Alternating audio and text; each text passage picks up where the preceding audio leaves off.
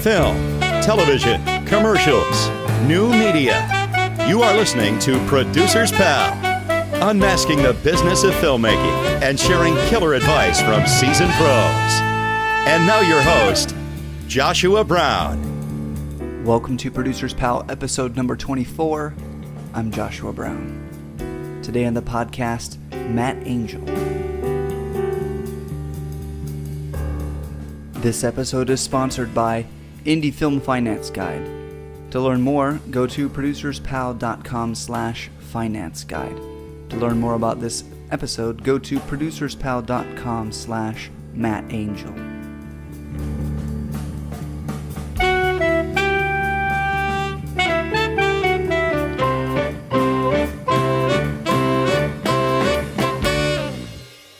Okay, well, Matt Angel, thank you so much for coming on the podcast. Absolutely. Happy to be here. Very cool. So, Matt, I actually know you from a mutual friend, Chet, who has directed a couple of the films I've produced, and actually I grew up with him. But he told me about your story, and I was like, man, I got to talk to Matt. It sounds really cool what he did, because it's kind of something that I've wanted to do for a while, both Chet and I together. So it sounds really exciting.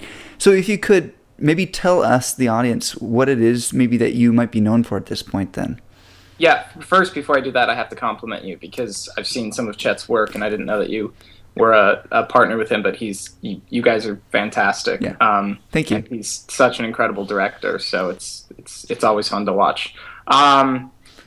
Wait, what was the question? Basically, just tell us, about yourself. So how, what should someone know about you? Yeah, so I grew up just outside of LA. I was kind of around the industry. My dad was a producer, so I was always kind of going to sets and bitten by the bug at a very early age. Yeah. While the family would wake up at 11 o'clock to go to set, I was with my dad at 5 a.m. I wanted to go watch the cameras get set up and not miss a thing. And I knew that I was going to be in the industry. I always wanted to be an actor. I was always making movies with friends and cousins and stuff. And my family kind of wanted me to just be a kid and then, see what happened as I got a little older. So when I turned 15 and I was going into high school, my parents asked if I still wanted to do it. And they said that they would, move closer to the industry and everything. And my answer without hesitation was absolutely yes. And came here and, 6 years later, I'm acting and writing and producing and directing and just kind of dipping my, toes in all of it, because I really kind of just get a high from the creative aspect of every angle, in front of and behind the camera. Yeah. So you're basically, you're doing all of it. You're writing, producing, directing, and you're just trying lots of different parts of it. Yeah, it's a little ridiculous when you go out and people go, "Oh, cool, Matt, nice to meet you. What do you do?" And you're like, "Oh, I'm an actor, writer, producer, director." You start to kind of trail and then off they go, "Oh, one of those." Yeah, exactly. You kind of feel foolish saying that. I don't know why. I think it's something that people should own, but it's such a long title that I think part of it is because, for instance, I watched your Kickstarter video that you did for the project we're going to talk about, and you mentioned some of your maybe some of your, not necessarily role models, but people that you kind of aspire to, Ben Affleck and was it even Matt Damon? I think a couple of the people that you mentioned were just these guys who do the acting, directing, producing, writing, and that's something you want to aspire to. Exactly, people forget that Ben and Matt were years and years and years ago that they were that guy. They were the people who were doing all four. They were quadruple threats, and it worked out for them. So mm-hmm.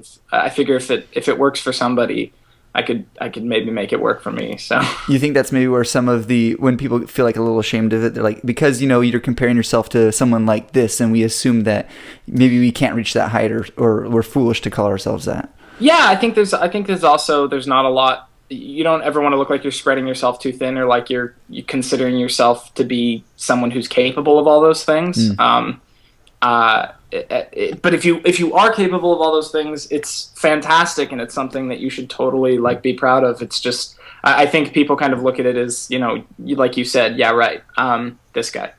But yeah, I mean, the people that do it are and have succeeded at it are so phenomenal and of such a high, caliber that it's a little intimidating, but it's also very exciting. Yeah, very cool. So what is it then that you're doing now on a daily basis? I mean, how do you support yourself in your career?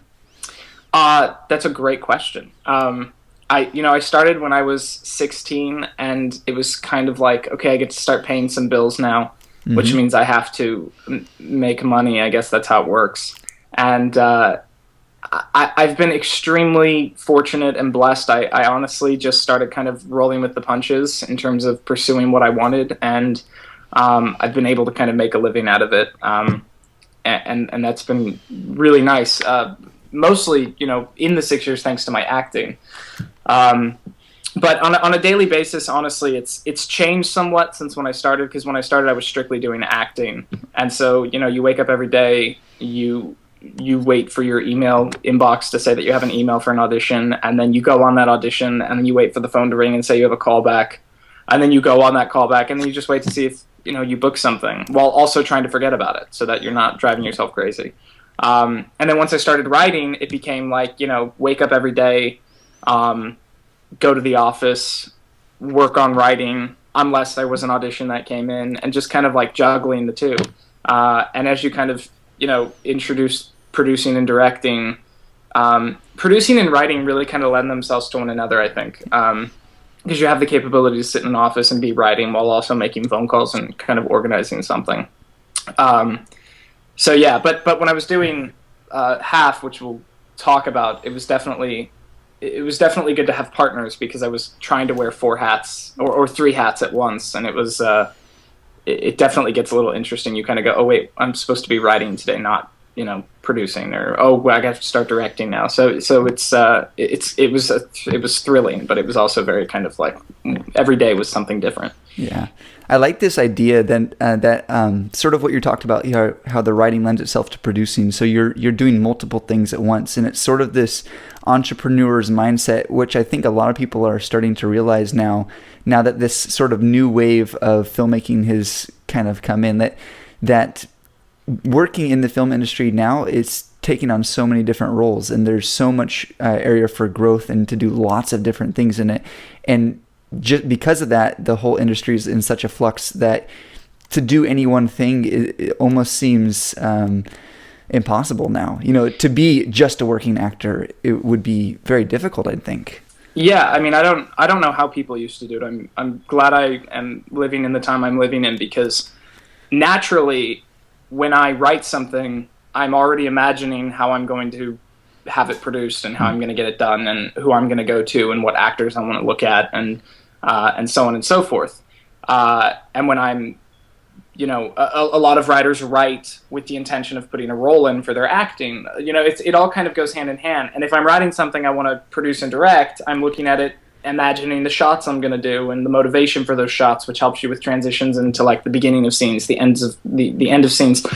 So it all kind of like, I don't know how people used to do it, where they'd wake up and, write and then just kind of send paper out and wait to hear back.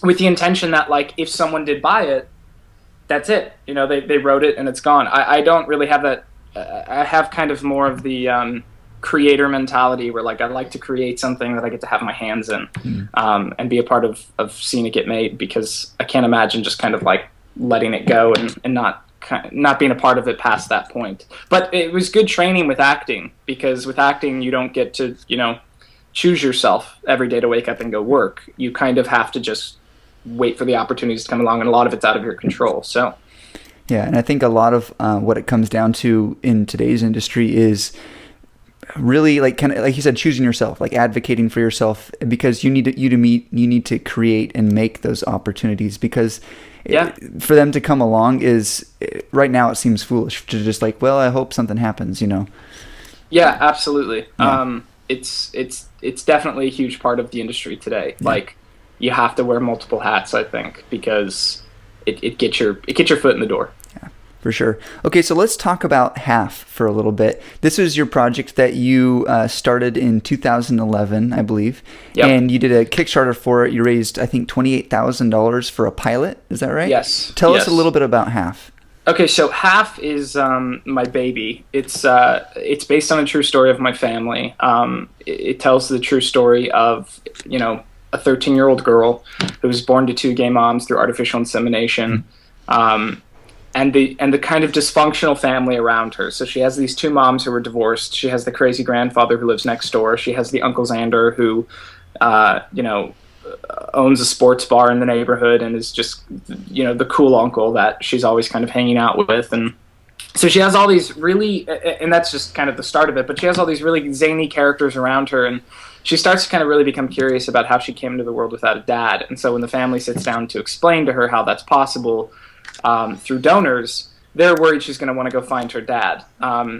All the kids are all right, and all these things that we've seen in TV and film. But what happened is in real life, when my aunt was telling her daughter, my cousin, this, my cousin had this epiphany that if this is how donors work, she could go find all of her half siblings. And she loves kids her age, and she loves, her sister, and she wanted more brothers and sisters. And so she had this kind of prolific epiphany and realization that this was a thing. And so when my aunt was telling me just the struggles of her daughter and how she just wouldn't leave this alone, I was captivated by it. I literally looked at her, and this was actually in December of 2010 when the story took place, and I was like, that's a TV show, and the TV show is called Half. And in that moment, I literally said that, and that was the beginning of it. I started writing it that month. And I just knew that it was something. And through a series of writing in different drafts and putting it away and then pulling it back out, I kind of woke up one day after I got advice from a very, very well-known filmmaker by the name of J.J. Abrams. And he spoke to you. He did. I went to the Emmys in, I believe it was 2011, and he was there, and he's such an inspiration to me, and he's such a phenomenal filmmaker. And I just went up and shook his hand and said, it's great to meet you. I just wanted to say, hey, my name's Matt. I'm a big fan.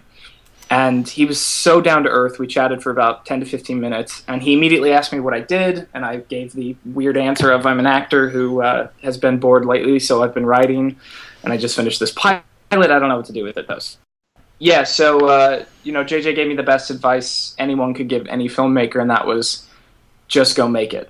And I kind of laughed and looked at him like, oh, okay, sure. But he said, no, honestly, he said, Matt, it's true. He said, he said Spielberg was doing it without the technology that exists today. I was doing it without the technology that exists today. So with what's out there, you just go do it. And I was like, what a weird concept. So I honestly, between that and then having a conversation with my cousin and his writing partner who were screenwriters in the industry and them saying the same thing, I just kind of woke up one morning 2 years ago and I decided I was going to launch a Kickstarter 2 weeks out, and I was going to do it over kind of the down season of the industry, and I was going to try and raise $25,000. Wow. And so I launched a 40-day campaign, and I worked 25 hours a day, 8 days a week. I didn't stop. There was very little sleep. And in the end, we raised over $28,000. So it was definitely a roller coaster, and it was a lot of fun. And I just kind of decided that I was going to do this thing by myself, because I knew that in order to stand out, I couldn't be the guy who was just, sending a script out, asking people to pay attention. I wanted to do something that would really grab people's attention and show them what I was capable of. So I raised the money, and to go into a little bit about how I did it, because I've had a lot of people actually ask me. Yeah, I'm curious about that. You said you work 25 hours a day. What does it take to run a campaign like that? Yeah, so to run a campaign like that, it took a lot of work. And the way I did it is in the 2 weeks that from the moment I decided I was going to do it to my launch, I organized this whole system where Monday through Friday I had a set plan. Each day represented something different. Monday was the day that I sent out emails to 800 people. I literally went through my old email accounts, anyone I had ever sent an email to. I had my family reach out to people who, were old family friends, hadn't seen me since I was 2. that were so excited to hear about what was happening that they wanted to be a part of it. I had my sisters reach out to friends from high school that went, "Oh, your little brother's doing something." Like I wasn't shy. I didn't hold back at all. And I separated the days. So, Monday was email day. Tuesday was phone call day. Wednesday was social networking day, where it was, if it wasn't, just putting on blast on Twitter and Facebook and stuff, what I was doing in the link to the Kickstarter, I was sending private messages to all 1,000 plus of my friends on Facebook, just saying, this is what I'm doing. And then the next week it was, this is how many days I have left. This is a reminder of what I'm doing. And really kind of taking the position of explaining to people that, like, this is, my kind of slogan for the campaign was help turn my dream into a reality. Like, this is the moment. If there's a time that you're going to support me, this is the time. Exactly. This is it, because this thing either goes and it helps me and it's a huge calling card that helps kind of launch me, or it's not, but this is it. Like, so I'm going, full steam ahead. And the response was incredible. And to anyone who does Kickstarter campaigns out there, there's definitely a pattern. The beginning was awesome. The first week, I think we raised $10,000 in 1 week. And it was very exciting. And it was like, oh my God, we're going to do it. And then it just totally drops off. And for weeks in the middle, you're sitting there going, oh my God, we're not going to do it. And so you start to kind of sweat a little bit and get nervous, and you stop getting as many responses to the phone calls and the emails and the social networking. And then all of a sudden you have a huge contribution come in with 10 days left, and everyone starts paying attention again. And that kind of, you use those things. You say to the people that you go out to, holy crap, we just had a contribution of $2,500. Like, now's the time. Like, we're that much closer. And then people go, oh, he might do it. Now I'm going to help. So you're always kind of staying aware of what's coming in and how it can help you use this as, promotion and stuff. It really is it's truly a campaign. You use every little thing you can. But that was 40 days, and it ended on December 21st. So it was also kind of a risky time because of the holidays. A lot of people I knew would be kind of saying that they had holiday stuff that they needed to spend money on. And, but my mentality was to do it in a time when I knew Hollywood kind of shut down the most, so people were paying the most attention, and not so busy with work and, crowded schedules. So that was kind of what I did in terms of the actual campaign. That ended on December 21st. We were originally supposed to shoot this thing in Vancouver in February of 2012, and that actually all fell apart 2 weeks before, and we had just started booking plane tickets for all of our talent. I mean, it was exactly what happens in production. Every time. You really get a taste of nothing is going to go perfect ever. And because it was my first time, I had seen that with my dad in terms of being raised around it and understanding that things don't go the way as planned, that they're planned. But being the guy who's the boss and having to kind of juggle everything and put fires out, it was an amazing lesson, and I recommend it for anyone, because as stressful and scary as it is, it needs to happen so that you know what it's all about. So as an actor, I had friends who were casting directors, and I hired 2 of them to help cast the project, and we literally just sent it out to our dream people, and people passed, and people accepted. We ended up getting Martin Mull and Bailey Madison and Michael Lerner and Ken Davidian, Brooke Langton. I mean, we had if they weren't veteran comedian actors, they were amazingly talented working actors who had been on TV shows and as series regulars or starred in features for the last 2 decades of their lives.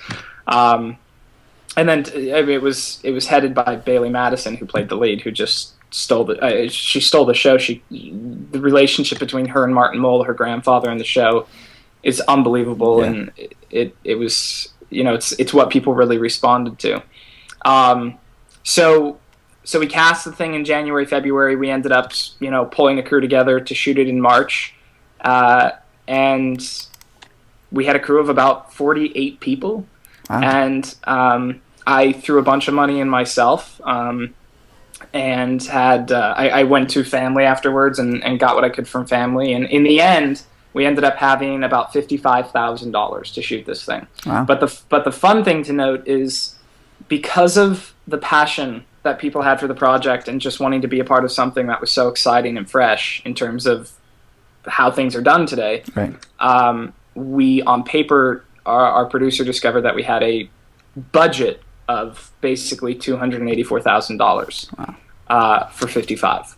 So it shows you what you can do, you know, if you just go out there and do it. Yeah. Like you have to pick up the phone, you have to ask people. And it was mind blowing. So we shot for a Friday, Saturday, Sunday in March.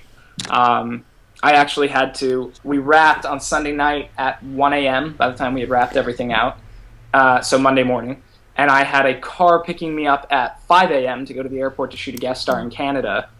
So literally 4 hours later, I had to take off the 3 hats I had been wearing as a writer, producer, director, and go into acting and disappear and do that. And then come back and go, okay, I just shot this thing. Now where are we doing post? Where am I editing this? Like all that. And we had an amazing group help us with post-production, some in Canada, some in LA.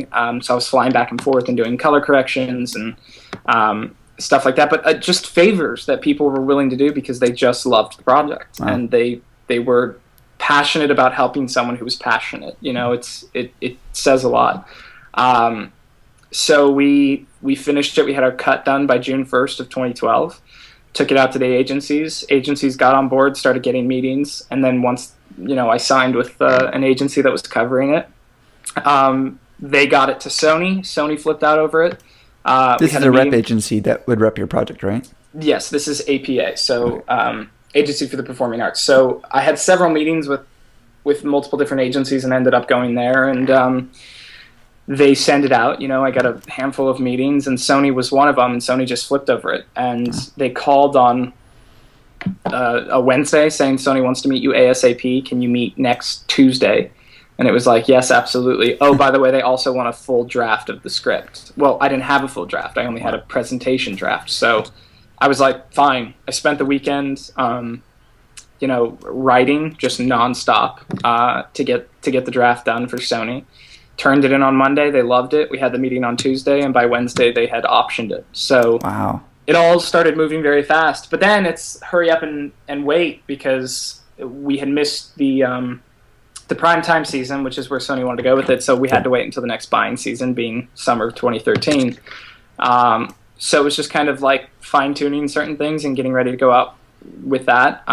They had me meet a couple people to partner up with, and I ended up partnering up with Greg Malins, who's executive producer of Will and Grace, Friends, How I Met Your Mother. I mean, just that's great. One of the most talented guys I've ever met and worked with, and such an amazing human being too, which helps because you love going to work every day that you get to work with great people.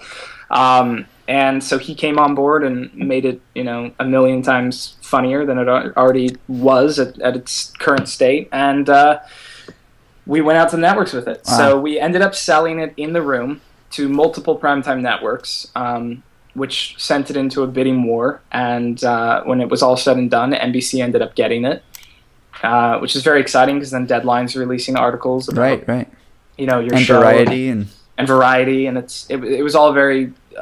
very surreal. I had tweeted that if there was such a thing as Cloud 10, I was on it because it was just beyond exciting. And that was all about a month and a half ago. And wow. Since then, it's just been writing. Mm-hmm. And we actually turned our first draft into the studio today. Great. So you sold the project to them. Are you able to talk about? Do you get like a royalty on it, or a payment, or a one-time out, and then you're hired on as a writer? How does that work? I'm not sure what you're able to talk about. So Sony, when we got it optioned by Sony, basically what the studio does is they do your whole contract at that point that has to be acknowledged and satisfied by the network. Right.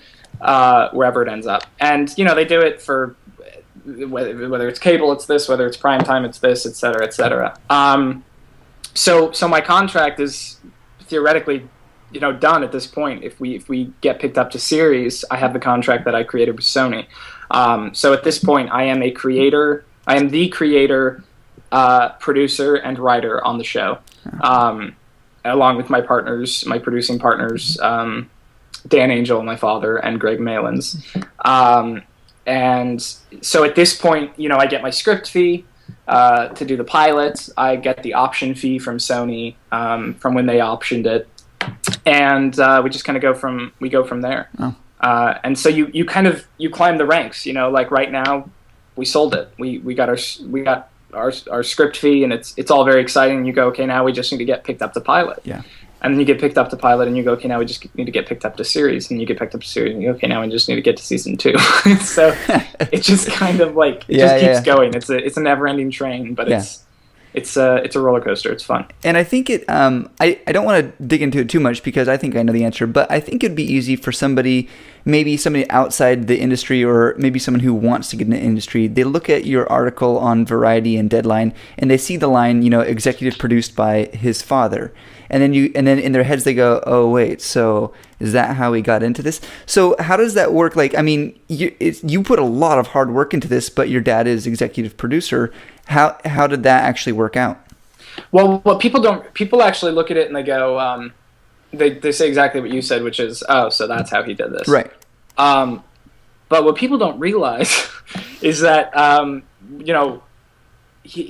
my father, being the experienced producer he is, having the credits he has, I was actually just very smart to ask him to be a partner, because removing the relationship of father and son for a moment, if I were any person who knew this guy and knew the credits he has and the connections he has, you partner up with that person to help get something made. Yeah, that's called producing. Yeah.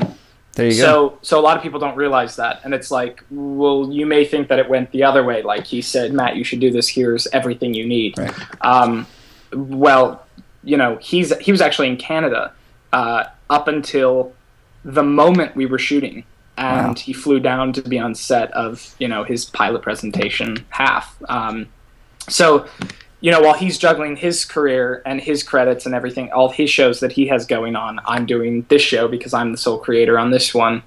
And then he shows up to be the producer on set when he needs to be. And it was actually just a smart move on my part from a producer standpoint, because I knew that he's a really smart guy with a lot of amazing credits. And I again, removing the relationship, I don't think I would have wanted to start with anyone else. I think that's very cool though, because the way you explained it makes so much sense to me, because, again, people might think like, oh, his dad's in the industry so he can do this, but you had to do all of the work, and you just utilized the relationship that you did have, which is what anyone in your position should be doing. Exactly. And the fact that you happen to know somebody is almost, a secondary. Is like you just happen to know someone that can help you with this project, which is where you should be getting yourself into a position anyways if you're trying to be producing projects. Absolutely. Very cool.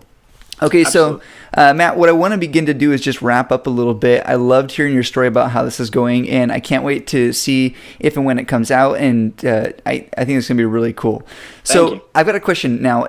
Looking back on your short but awesome career so far, if you're looking back, is there something that you think, man, if I had known now what I know now, I would have done that a little differently? It's a really good question. Having it be a short career, it's almost weird to even think that you would change anything, because at 22, like being where I am, it's so exciting and unbelievable. But of course, if you had asked me like a year ago, I would have been like, oh God, yes. I think honestly, the biggest thing that I would have changed is I probably would have started kind of dabbling with writing even a little earlier, because it was really good to create balance for me. So I wasn't just focusing on acting and am I going to get the call on that job. The day that I figured out that after an audition I could go to the office and work on that script I had was a really good day, because I learned this balance. And I think everyone needs balance in this industry, because otherwise you kind of drive yourself crazy. I always joke that I got into writing, producing, and directing because I was bored with the downtime with acting. But it's true, and it actually it gave me incredible balance, which was needed. And the only other thing I'd say to that point is I would be a lot easier on myself. In the first 3 or 4 years that I was in the industry, because I think, like anyone, you kind of expect things to happen overnight just because you're excited and you love what you do. Yeah. And you kind of realize that what they say about 5 years minimum to get a ball rolling in this industry is really true. And so you have to kind of have the patience and perseverance to just wake up every day and just live life on top of focusing on your career. So I would have just kind of been a little easier on myself. Very cool. Okay, so you said you got to speak to J.J. Abrams, for instance, and he gave you this piece of advice. But now is your chance. What is your best piece of advice? Maybe you got this from somebody else, but what is your best piece of advice that you can share with other fellow filmmakers, producers? It's really funny because producing was probably the most frustrating part about the entire process, because as a writer, you get to hold yourself up and write. As a director, you focus on what you're doing as a director, and it's its own thing. Producing, you seem to kind of have to do everything. It's really interesting, and you're the guy who, when something goes wrong, you have to figure it out, and you have to figure it out right away. So it's definitely a stressful position. The best advice I could give people is, I will forever and always say what JJ said to me, and that is, like, just go do stuff. And to add something to that, do stuff that's good. Like, I know please, that sounds please. I know that sounds self-explanatory, but it's actually it's not. Like, when you the only way I can explain it is when I have an idea that I know is something that's special, there's this tickle. Like, you just know that it's something special. I knew that Half was something special, and that's the one I decided to move forward with. Yeah. And there's tons of other projects I have that are good, and then you go, well, they're good. I've seen it a million times, and it's good, and it's fun, and you kind of just set it aside and you go, that was a good experience. But just do stuff, just make stuff. Don't hesitate. Don't wait for other people to pick you, because if you wake up every day and go to your day job and wait for someone to discover you, it doesn't happen. Like, it just doesn't. And when you do decide to wake up and do it yourself, make sure it's the best that it can be. And this being the week that Vince Gilligan ended Breaking Bad, the greatest show ever made, it's like he did something that was just good, and he never really sold out to doing something that had been seen before. He continued to kind of do what he wanted to do because he knew what was right. And so I did a panel a bit ago at UCLA, and I said the same thing. Do it, wake up, pick yourself, and then just make sure it's something that's worth doing. Very cool. That'd be my advice. I like that. Okay, so Matt, what is possibly your favorite film or TV show or maybe a YouTube channel that you like the most? I know this is the stumper. It is. I gave a little thought to it beforehand. I'd have to say one of my favorite films of all time, and I actually didn't see it until later in life, but one of my favorite films of all time would be One Flew Over the Cuckoo's Nest. I think it's unbelievably, like, it's just perfectly directed, it's perfectly acted, it's perfectly written. At its core, it's about character. That's another thing. If anything at its core is about character, you're golden. Yeah. As a writer, as a producer, as a director, as an actor, whatever it is you're doing. But I'd have to say One Flew Over the Cuckoo's Nest is probably one of my all-time favorite movies. And in terms of TV shows, I just said Breaking Bad. I mean, I had favorite shows before this. I was a big Lost fan. Yeah. The end was disappointing, and then it kind of grew on me, and I accepted that it was going to go down as one of my favorite shows of all time. Breaking Bad was just really flawless to me in so many ways. It really, I just, because it stayed true to character all the way through. And in terms of YouTube channels, I'm not a huge YouTube person. However, when I see videos like What Does the Fox Say, which I don't know if you've seen it. Oh yeah, I've seen that. You've seen our stuff. Of course I've seen you with the Fox. Yeah. So it's absurd. It's ridiculous. But, like, those guys freaking went for it. They put budget into, like it's so well done. So I love seeing stuff that's like, it's well produced. It's really well produced. It's beautiful to look at, as ridiculous as the content may be. I like really well produced bad stuff. really well produced bad stuff. But that's the best part is like you see them in interviews and they're like, we actually wanted to create something horrible. Yeah. And it backfired. But it's as a producer, like it's so well produced. Yeah. And I'm one of those people that like if I was ever going to put something on YouTube, I would want it to look perfect. Yeah. So stuff like that. But Very those cool. would probably be my 3 current picks. Okay, do you have maybe a upcoming movie or a TV series or even, again like a YouTube channel that has you excited that's coming out soon? Ooh. I'm extremely I'm gonna blank on the title right now, but I'm extremely excited about Matthew McConaughey's new HBO series with Woody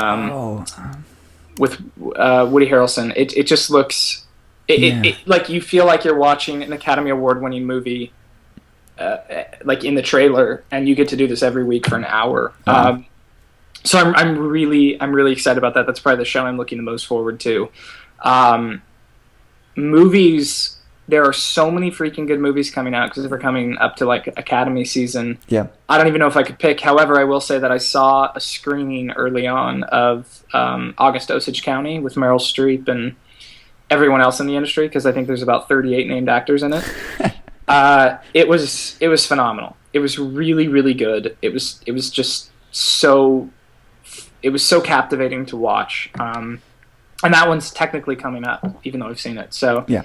I would say that. And again, YouTube, I'm not a huge YouTube person, but I guess whatever the Fox guys do next. But no, cool. I'm always keeping my eyes out and watching new stuff. So awesome, Matt. Well, Matt Angel, thank you so much for coming on the podcast. Where is the best place that people can go to keep up with you online? Yeah, check out my honestly best place you can go is probably Twitter and Instagram. Mm-hmm. I have everything linked to one another, so if I'm posting on Twitter, it's going everywhere else. I'm constantly keeping people updated. I just acted in a new NBC show last week, and I posted a bunch of pictures and updates from the set, and that was actually with the Breaking Bad crew, so that was fun times. And I'm always keeping people posted about the pilot there as well, so my Twitter handle is MattAngel23. That's probably the best place. Very cool. Awesome. Well, thank you so much for coming on the show.